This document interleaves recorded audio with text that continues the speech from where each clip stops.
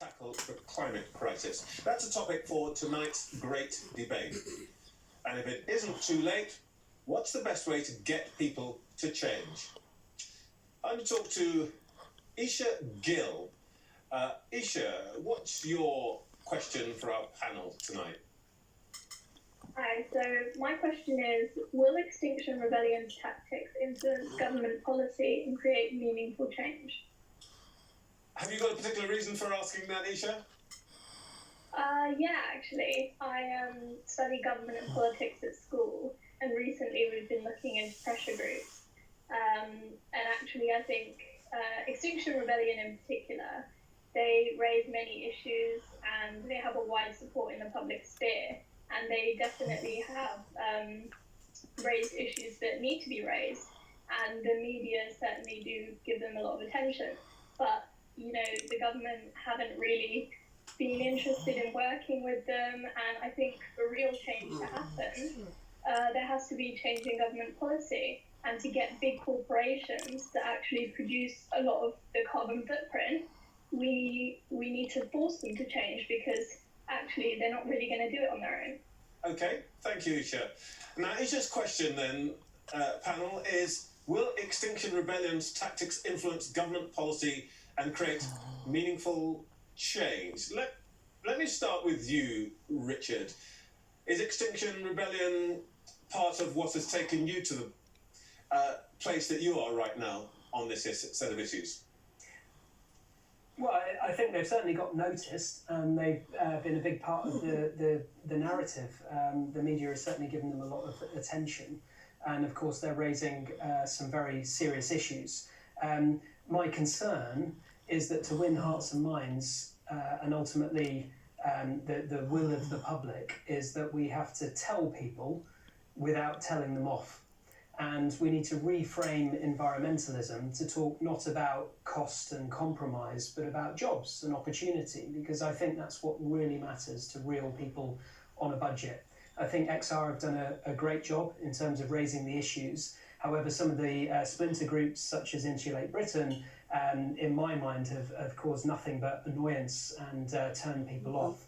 And the problem is, if you cajole and harangue people too much, they will simply shrug their shoulders and look the other way.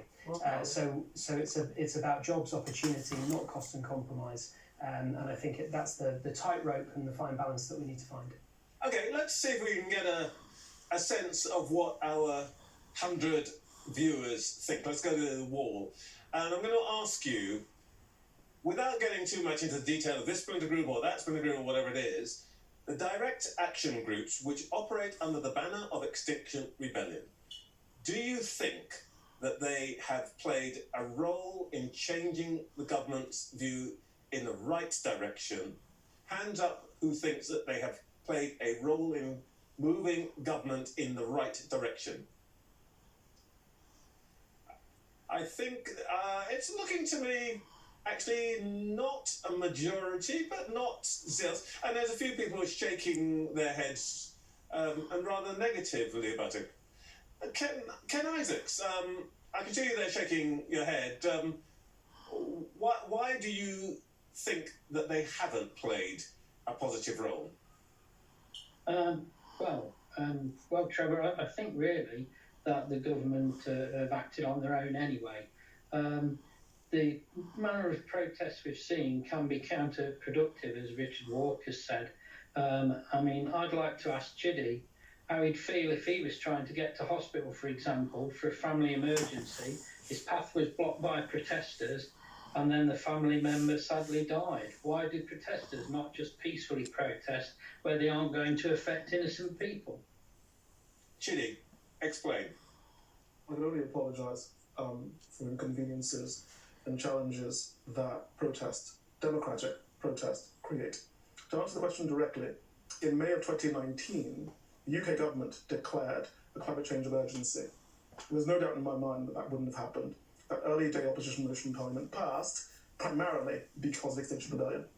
I know lots of Extinction Rebellion people, all of whom, vicars, teachers, ordinary people like you and I, who want to see the world be a better place, and the UK lead the effort in changing the world. And what the government does is the government's own responsibility.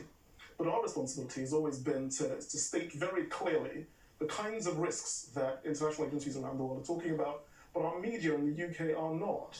I'll give you a perfect example. The IPCC report that came out, the AR6 WG1 report that came out on the 6th of August of this year, led to absolutely no falls in the prices or in the share price of Shell, led to no fall in the price of oil, and that was because everyone felt that despite the fact that these powerful reports are coming out, governments would not act.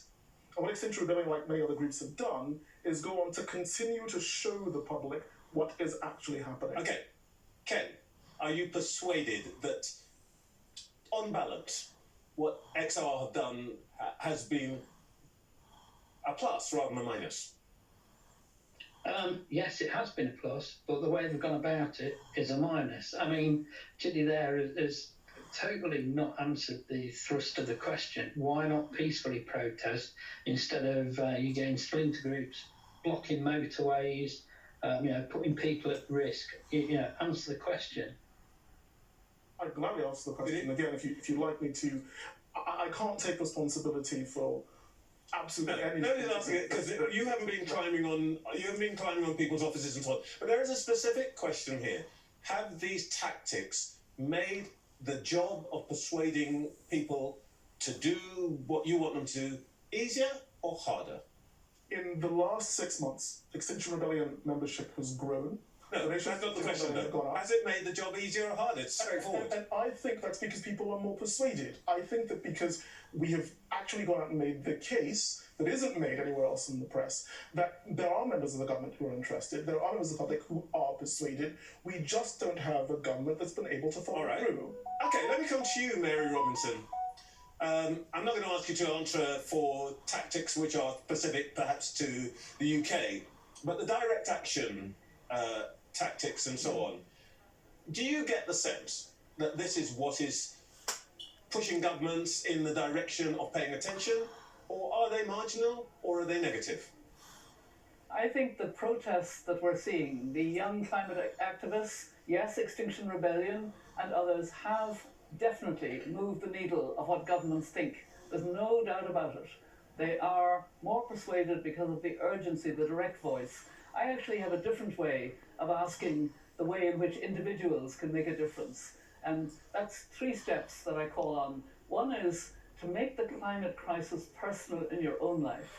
And you know you've done that if you're doing something today you weren't doing yesterday.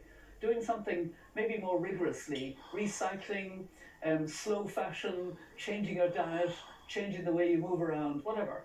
Then you own the issue, and it's actually good for your mental health probably at this stage.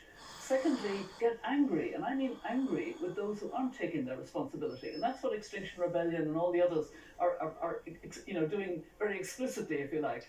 But the third thing we don't do enough of, Trevor, we don't do enough of this. We don't imagine this world that we need to be hurrying towards. It's going to be a much healthier world because it won't have the fumes of fossil fuel, indoor and outdoor, that kill about 8 or 9 million people each year. Mary Robinson, thank you. Let me, as we come to the end here, come back to